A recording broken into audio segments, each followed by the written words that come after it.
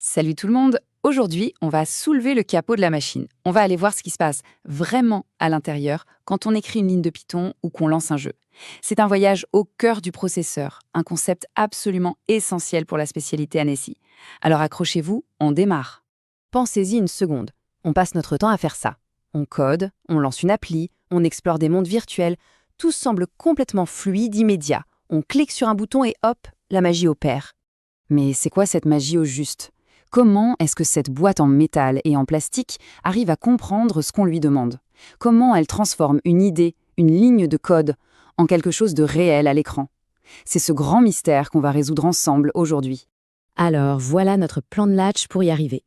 D'abord, on va voir la vue d'ensemble, le plan de l'architecte de l'ordinateur. Ensuite, on plongera dans la mémoire vive. Après, on ira découvrir le langage secret que le processeur est le seul à comprendre. Et pour finir, un petit récap spécial bac pour que tout soit bien clair. Allez, c'est parti! Ok, on attaque direct dans le vif du sujet. Avant de s'intéresser aux détails, il faut comprendre le plan global. Comment tout s'articule. Et ce plan, c'est la clé de tout. C'est le schéma de base de quasiment tous les appareils électroniques qu'on utilise, de notre téléphone à la dernière console de jeu. Ça s'appelle l'architecture de von Neumann. Ce nom vient d'un mathématicien génial qui a eu cette idée en 1945. Oui, 1945. Et c'est toujours cette même idée qui fait tourner le monde numérique aujourd'hui. C'est juste dingue, non ? Et voici le fameux schéma. Alors ça peut avoir l'air un peu technique, mais en réalité, l'idée est super simple. Pensez-y comme une équipe avec quelques joueurs clés. On a le cerveau, l'unité centrale de traitement, l'espace de travail qui est la mémoire, et puis tout ce qui permet de communiquer avec l'extérieur, comme le clavier ou l'écran. C'est la collaboration entre ces éléments qui fait tourner nos programmes. Au cœur du réacteur, le premier joueur, le capitaine de l'équipe, le CPU pour Central Processing Unit. En français, on dit le processeur. C'est lui le boss, le cerveau de l'opération. C'est lui qui va lire les instructions et les exécuter les unes après les autres. Mais attention, même un cerveau ne travaille jamais seul. À l'intérieur de ce cerveau, on a d'abord l'unité de contrôle. C'est le chef d'orchestre. Imaginez-la avec sa petite baguette. Elle dit la partition, c'est-à-dire le programme, elle décode les instructions et elle donne les ordres. Toi, la mémoire, envoie-moi cette donnée. Toi, la calculatrice, fais-moi cette addition. C'est elle qui met tout le monde au pas et qui synchronise le travail.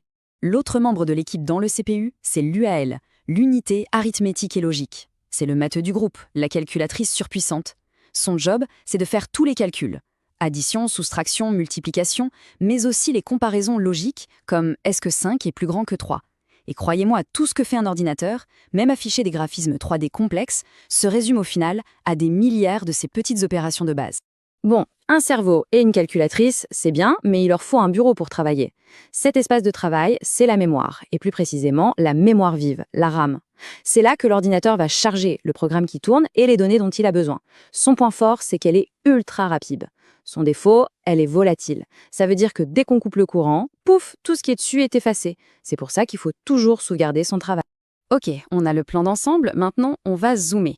On va mettre nos lunettes de microscope et aller voir comment ce bureau, cette fameuse mémoire vive, est vraiment organisé de l'intérieur. C'est essentiel pour comprendre comment nos programmes fonctionnent. Déjà, il faut bien comprendre que toutes les mémoires ne se valent pas, c'est une hiérarchie, une pyramide. Tout en haut, on a les registres. Ils sont dans le processeur, donc ils sont incroyablement rapides, mais minuscules. C'est comme un post-it sur l'écran. Juste en dessous, la mémoire cache, un peu plus grande. Puis notre mémoire vive, la RAM, c'est comme un carnet de notes. Et tout en bas, les disques durs, immenses mais lents. C'est comme aller chercher un dossier aux archives. L'ordinateur passe son temps à essayer de garder les infos les plus urgentes sur le post-it pour y accéder instantanément. Alors, quand on lance un programme, il ne s'installe pas n'importe comment dans la mémoire. Non, c'est super organisé. Il se divise en plusieurs quartiers qu'on appelle des segments. On a le quartier pour le code, le quartier pour les données, et il y a un quartier qui va nous intéresser tout particulièrement aujourd'hui, la pile, ou the stack en anglais. Pour bien piger à quoi sert cette fameuse pile, rien de mieux qu'un petit exemple en Python. Regardez, c'est simple. On a une fonction f qui, à un moment donné, appelle une autre fonction g. On va jouer les détectives et suivre pas à pas ce qui se passe en mémoire quand on exécute l'instruction f de 1,5. Top départ, on appelle f de 1,5. Directement, le système prend ce qu'on appelle un cadre de pile, imaginez une assiette, et il la pose.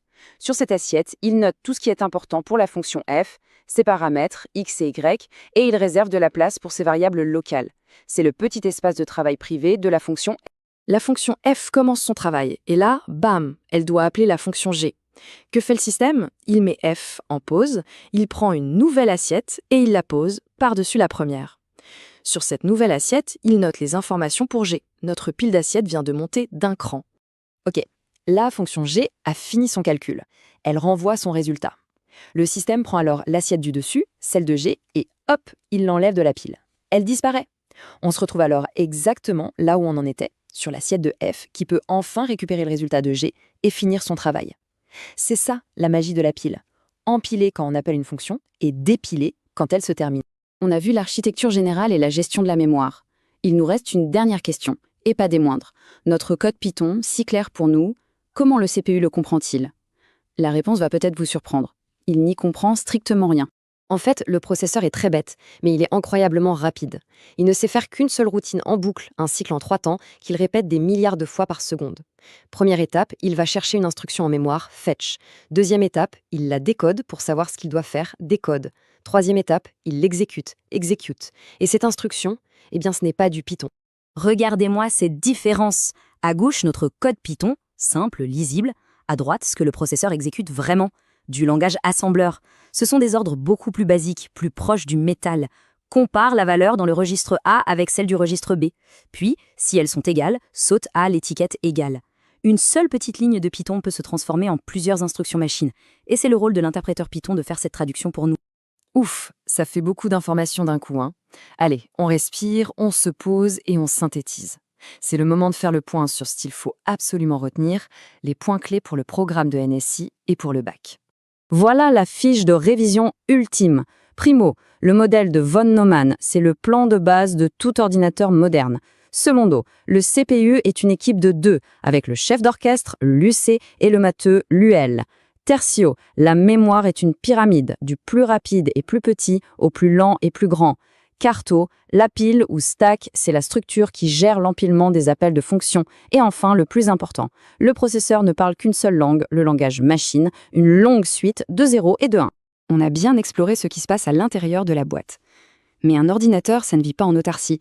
La vraie puissance vient du fait qu'elle peut communiquer avec nous, via le clavier, la souris, l'écran, et surtout avec des millions d'autres ordinateurs sur Internet. Mais comment fait-il ? Eh bien ça, c'est une toute autre aventure.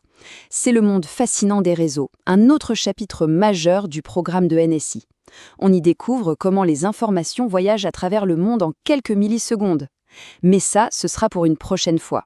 Merci de m'avoir suivi et à très bientôt.